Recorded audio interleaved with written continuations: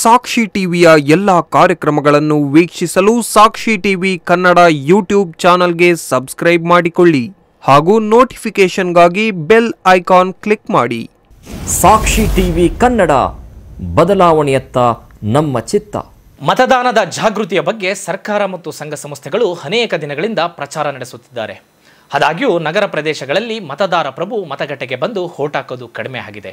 ಹೀಗಿರುವಾಗ ಇಲ್ಲೊಬ್ಬ ಹೋಟೆಲ್ ಉದ್ಯಮಿ ಚುನಾವಣೆಯ ದಿನದಂದೇ ಮತದಾನದ ಬಗ್ಗೆ ಅರಿವು ಮೂಡಿಸಲು ಮತ್ತು ಮತದಾನದ ಪ್ರಮಾಣ ಹೆಚ್ಚಿಸುವ ಸಲುವಾಗಿ ಒಂದು ವಿಭಿನ್ನ ಪ್ರಯತ್ನಕ್ಕೆ ಕೈ ಹಾಕಿದ್ದಾರೆ. ಏನದು ಇಲ್ಲಿದೆ ನೋಡಿ.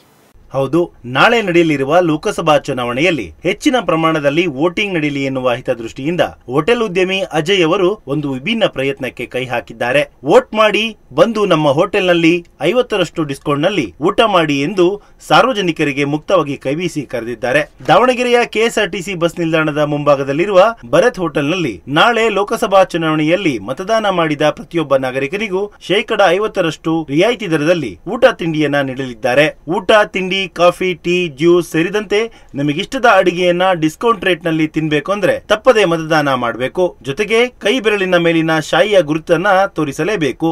ಈ ಕುರಿತು ಸಾಕ್ಷಿ ಟಿವಿಯೊಂದಿಗೆ ಮಾತನಾಡಿದ ಉದ್ಯಮಿ ಅಜಯ್, ಈ ರೀತಿ ನಾಗರಿಕರಿಗೆ ಆಫರ್ ನೀಡಲು ಕಾರಣ ನಗರ ಪ್ರದೇಶಗಳಲ್ಲಿ ವೋಟಿಂಗ್ ಪ್ರಮಾಣ ಕಡಿಮೆಯಾಗುತ್ತಿದೆ. ಈ ಬಗ್ಗೆ ಹೆಚ್ಚಿನ ಅರಿವು ಮೂಡಿಸುವುದರ ಹೊರತಾಗಿ ಇದರ ಹಿಂದೆ ಯಾವುದೇ ರಾಜಕೀಯ ದುರುದ್ದೇಶ ಇಲ್ಲ ಎಂದರು. ಮೊದಲನೇದಾಗಿ ಸಾಕ್ಷಿ ಟಿವಿ ವೀಕ್ಷಕರಿಗೆಲ್ಲ ನಮಸ್ಕಾರಗಳನ್ನು ಹೇಳ್ತೀನಿ. ದಾವಣಗೆರೆಯಲ್ಲಿ 23ನೇ ತಾರೀಕು ಮತದಾನ ಇದೆ. ಹಾಗಾಗಿ ನಮ್ಮ ದೇಶದ ಜನತೆಗೆ ಒಂದು ಅವೇರ್ನೆಸ್ ಬರಲಿ ಅಂತ. ಯಾಕಂದರೆ ಮೊನ್ನೆ 18ನೇ ತಾರೀಕು ನಡೆದಂಥ ಚುನಾವಣೆಯಲ್ಲಿ, ಅದು ಕರ್ನಾಟಕ ರಾಜ್ಯದಲ್ಲಿ 14 ಕ್ಷೇತ್ರಗಳಲ್ಲಿ ಚುನಾವಣೆ ನಡೆಯಿತು.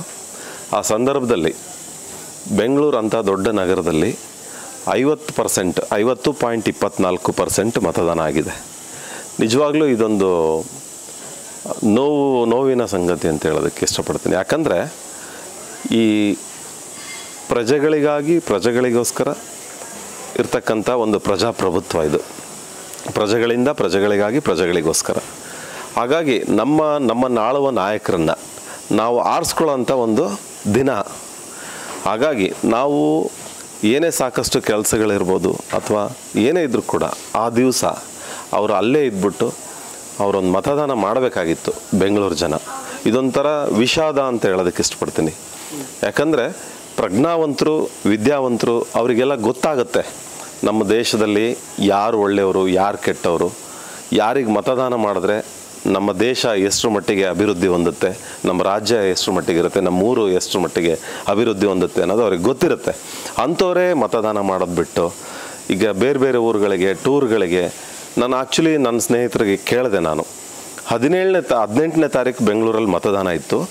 17ನೇ ತಾರೀಕು ರಜಾ ಸಿಕ್ತು ಅಂಥೇಳಿ ಬೆಂಗಳೂರಿಂದ ತುಮಕೂರುವರೆಗೂ ಬರೋದಕ್ಕೆ 3 hours ಟೈಮ್ ತೊಗೊಂಡಿದ್ದಾರಂತೆ. ಅಂದರೆ ಅಷ್ಟೊಂದು ಟ್ರಾಫಿಕ್. ರಜಾ ಸಿಕ್ಬಿಡ್ತು ಅಂಥೇಳಿ ಜನ ವೋಟ್ ಹಾಕೋದು ಬಿಟ್ಟು ಬೇರೆ ಬೇರೆ ಊರಿಗೆ ಹೋದ್ರಲ್ಲ ಅಂಥೇಳಿ ನನಗೆ ಅದೊಂದು ಕೇಳಿ ತುಂಬ ಬೇಜಾರನೇ ಆಯಿತು. ವೋಟ್ ಹಾಕೋಕ್ಕೆ ನೀವು ಬಂದಂತರಿಗೆ 50% ಕೊಡ್ತಿದ್ರಲ್ಲ, ಇದ್ರ ಬಗ್ಗೆ ಏನು ಹೇಳ್ತೀರಾ ಸರ್? ಈಗ ಇದೊಂದು ಅವೇರ್ನೆಸ್ ಮೂಡಿಸೋದಕ್ಕೆ ಅಷ್ಟೇ. ನನಗೆ ಆ್ಯಕ್ಚುಲಿ ಹೇಳಬೇಕು ಅಂದರೆ ನಮ್ಮ ಹೋಟೆಲ್ ಡಿಪಾರ್ಟ್ಮೆಂಟಲ್ಲಿ 50% ಪ್ರಾಫಿಟ್ ಇರೋದೇ ಇಲ್ಲ. ಫಸ್ಟ್ ಆಫ್ ಆಲ್ ಇದು ಒಂದು ಜನಗಳಿಗೆ ಒಂದು ಜಾಗೃತಿ ಮೂಡಿಸೋ ಉದ್ದೇಶದಿಂದ ನಾನು ಈ ದೇಶದಲ್ಲಿ ಹುಟ್ಟಿದ್ದೀನಿ, ನಾನು ಈ ದೇಶಕ್ಕೋಸ್ಕರ ಏನಾದರೂ ಮಾಡಬೇಕು ಅನ್ನೋದೊಂದು ನನ್ನ ಭಾವನೆ ಅಷ್ಟೇ.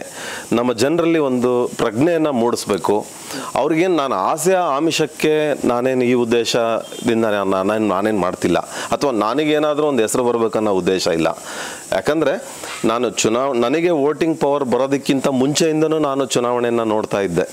ಈಗ ಕೆಲವೊಂದು ಚುನಾವಣೆಯಲ್ಲಿ ನಾನು ಕೂಡ ಭಾಗವಹಿಸ್ತಾ ಇದ್ದೀನಿ. ಪಕ್ಷಕ್ಕಷ್ಟೇ ಸೀಮಿತನಾ ಅಥವಾ ಎಲ್ಲ ಪಕ್ಷದವರಿಗೂ? ಇಲ್ಲ, ಹಾಗೇನಿಲ್ಲ. ಅವ್ರಿಗೆ ಜನರಿಗೆ ಗೊತ್ತಿದೆ. ಜನರು ತುಂಬ ಜಾಣರಿದ್ದಾರೆ. ಅವ್ರಿಗೆ ಹಕ್ಕಿದೆ. ಅವ್ರು ಯಾವ ಪಕ್ಷಕ್ಕೆ ಬೇಕಾದರೂ ವೋಟ್ ಹಾಕ್ಲಿ. ನನಗೆ ಆ ಪಕ್ಷ ಈ ಪಕ್ಷ, ಆ ಪಕ್ಷದವರೇ ಬಂದು ಊಟ ಮಾಡ್ಬೇಕು, ಈ ಪಕ್ಷದವರೇ ಬಂದು ಊಟ ಮಾಡಬೇಕು ಅಂತೇನಿಲ್ಲ. ಪ್ರತಿಯೊಬ್ಬರು ಯಾರೇ ಕೂಡ ವೋಟ್ ಮಾಡಿ ಬಂದರೂ ಕೂಡ ಅಂಥವ್ರಿಗೆ ನಾನು 50% ರಿಯಾಯಿತಿ ದರದಲ್ಲಿ ನಾನಿಲ್ಲಿ ಊಟದ ವ್ಯವಸ್ಥೆ ಮಾಡ್ತಾ ಇದ್ದೀನಿ. ಈಗ ಒಂದು ವೇಳೆ ವೋಟ್ ಹಾಕಿ ಬಂದಿರ್ತಾರೆ, 3 ಜನ ವೋಟ್ ಹಾಕಿರ್ತಾರೆ, ಒಬ್ಬರ ಜೊತೆ ಬಂದಿರ್ತಾರೆ, ಅವ್ರಿಗೂ ಆಫರ್ ಇದೆ ಹೇಗೆ? ಇಲ್ಲ, ಅದು ಏನಂದರೆ ವೋಟ್ ಹಾಕಿದವರಿಗೆ ಅಷ್ಟೇ ಕೊಡಬೇಕು ಅನ್ನೋ ಉದ್ದೇಶ. ಯಾಕಂದರೆ ಅದೊಂದು ಜಾಗೃತಿ ಮೂಡಲಿ ಅಂತೇಳಿ. ಹಂಗೆ 3 ಜನ ವೋಟ್ ಹಾಕಿರ್ತಾರೆ, ಒಬ್ಬರು ವೋಟ್ ಹಾಕಿರಲ್ಲ ಅಂದರೆ ಅವ್ರು ಫುಲ್ ಅಮೌಂಟ್ನೇ ಪೇ ಮಾಡಬೇಕಾಗತ್ತೆ. ಇನ್ನು 3 ಜನಕ್ಕೆ ಡಿಸ್ಕೌಂಟಲ್ಲಿ ಕೊಡ್ತೀವಿ.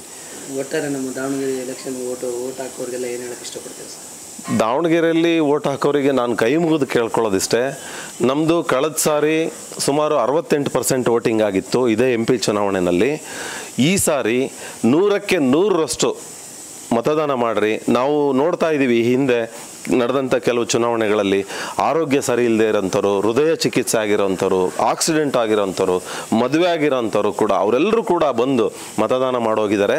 ದಾವಣಗೆರೆಯಲ್ಲಿ ಇರ್ತಕ್ಕಂಥ ಕೈಕಾಲು ಗಟ್ಟಿ ಇರೋರಂತೂ ಮತದಾನ ಮಾಡೇ ಮಾಡ್ತಾರೆ. ಆ ವೃದ್ಧರು, ಆಮೇಲೆ ಆಸ್ಪತ್ರೆಯಲ್ಲಿ ಇರ್ತಕ್ಕಂಥವ್ರು, ಆಮೇಲೆ ಅವರಿಗೆ ಬರೋಕ್ಕಾಗದೇ ಇರೋಂಥವರಿಗೆ ನಮ್ಮಂಥವ್ರು ಯುವಕರುಗಳು ತಾವೆಲ್ಲ ಒಂದು 4-5 ಜನ ಸೇರಿಕೊಂಡು ಇದೊಂದು ನಮ್ಮ ದೇಶದ ಸೇವೆ ಅಂದ್ಕೊಂಡು ಅಂಥವ್ರನ್ನ ಗುರುತಿಸಿ ಅವ್ರನ್ನೆಲ್ಲ ಕರ್ಕೊಂಡು ಬಂದು ಮತದಾನ ಮಾಡಿಸೋಂಥ ಒಂದು ಪ್ರಯತ್ನ ಮಾಡಿರಿ. ನಾವು ಕೂಡ ನಾಳೆ ಅದೇ ನಮ್ಮ ಸ್ನೇಹಿತರುಗಳಿದ್ದಾರೆ, ನಮ್ಮ ಟೀಮ್ ಇದೆ, ನಮ್ಮ ಟೀಮ್ನಲ್ಲಿ ನಾವೆಲ್ಲರೂ ಕೂಡ ಅದನ್ನೇ ಮಾಡ್ತಾ ಇದ್ವಿ. ನಾವು ಸುಮಾರು ಈಗ ಚುನಾವಣೆ ಅನೌನ್ಸ್ ಆಗೋದಕ್ಕಿಂತ ಮುಂಚೆನೇ ನಾವೆಲ್ಲ ಒಂದು ಪ್ಲಾನ್ ಮಾಡ್ಕೊಂಡಿದ್ವಿ. ನಾವು ಈ ಸರಿ ನಮ್ಮ ದಾವಣಗೆರೆ ನಗರದಲ್ಲಿ ನಮ್ಮ ಕೈಲಾದಷ್ಟು ಪ್ರತಿಯೊಬ್ಬರಿಗೂ ಓಟ್ ಕರ್ಕೊಂಡು ಬಂದು ಓಟ್ ಮಾಡಿಸ್ಬೇಕು ಅಂತೇಳಿ ಒಂದು ವ್ಯವಸ್ಥೆಯನ್ನು ಮಾಡ್ಕೊಂಡಿದ್ವಿ. ಹಾಗಾಗಿ ನಾನು ದಾವಣಗೆರೆ ಜನಕ್ಕೆ ಏನು ಹೇಳ್ತೀನಪ್ಪ ಅಂತಂದರೆ, ದಯವಿಟ್ಟು ನಾನೊಬ್ಬ ಓಟ್ ಹಾಕ್ಲಿಲ್ಲದ್ರೆ ಅವ್ರೇನು ಗೆಲ್ತಾರ, ನಾನೊಬ್ಬ ಓಟ್ ಹಾಕಿದ್ರೆ ಅವ್ರು ಸೋಲ್ತಾರ, ದಯವಿಟ್ಟು ಆ ಭಾವನೆಯನ್ನು ಹಿಡ್ಕೋಬೇಡ್ರಿ. ಅವ್ರು ಗೆಲ್ತಾರ ಸೋಲ್ತಾರ ಅನ್ನೋದು ಅದು ಎರಡನೇ ಪ್ರಶ್ನೆ. ಮೊದಲನೇ ಪ್ರಶ್ನೆ ಏನಪ್ಪ ಅಂದರೆ ನಿಮ್ಮ ಹಕ್ಕು, ಇದು ನಮ್ಮ ದೇಶದ ಹಬ್ಬ, ನಮ್ಮ ದೇಶ ಉನ್ನತ ಮಟ್ಟಕ್ಕೆ ಹೋಗೋದಕ್ಕೆ ನಾವು ಪ್ರಜೆಗಳನ್ನು ಆರಿಸೋ ಅಂಥ ಒಂದು ಸದಾವಕಾಶ.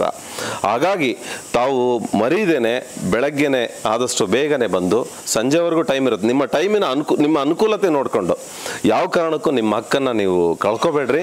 ದಯವಿಟ್ಟು ತಾವೆಲ್ಲ ಬಂದು ಮತದಾನ ಮಾಡ್ರಿ ಅಂತೇಳಿ ನಾನು ಅವ್ರಿಗೆ ದಾವಣಗೆರೆ ಕ್ಷೇತ್ರದ ಎಲ್ಲ ಜನರಿಗೂ ಕೈ ಮುಗಿದು ಕೇಳ್ಕೊಳ್ತೀನಿ. ಸಾಕ್ಷಿ ನ್ಯೂಸ್ ದಾವಣಗೆರೆ. ಸಾಕ್ಷಿ ಟಿವಿಯ ಎಲ್ಲ ಕಾರ್ಯಕ್ರಮಗಳನ್ನು ವೀಕ್ಷಿಸಲು ಸಾಕ್ಷಿ ಟಿವಿ ಕನ್ನಡ ಯೂಟ್ಯೂಬ್ ಚಾನಲ್ಗೆ ಸಬ್ಸ್ಕ್ರೈಬ್ ಮಾಡಿಕೊಳ್ಳಿ ಹಾಗೂ ನೋಟಿಫಿಕೇಶನ್ಗಾಗಿ ಬೆಲ್ ಐಕಾನ್ ಕ್ಲಿಕ್ ಮಾಡಿ. ಸಾಕ್ಷಿ ಟಿವಿ ಕನ್ನಡ, ಬದಲಾವಣೆಯತ್ತ ನಮ್ಮ ಚಿತ್ತ.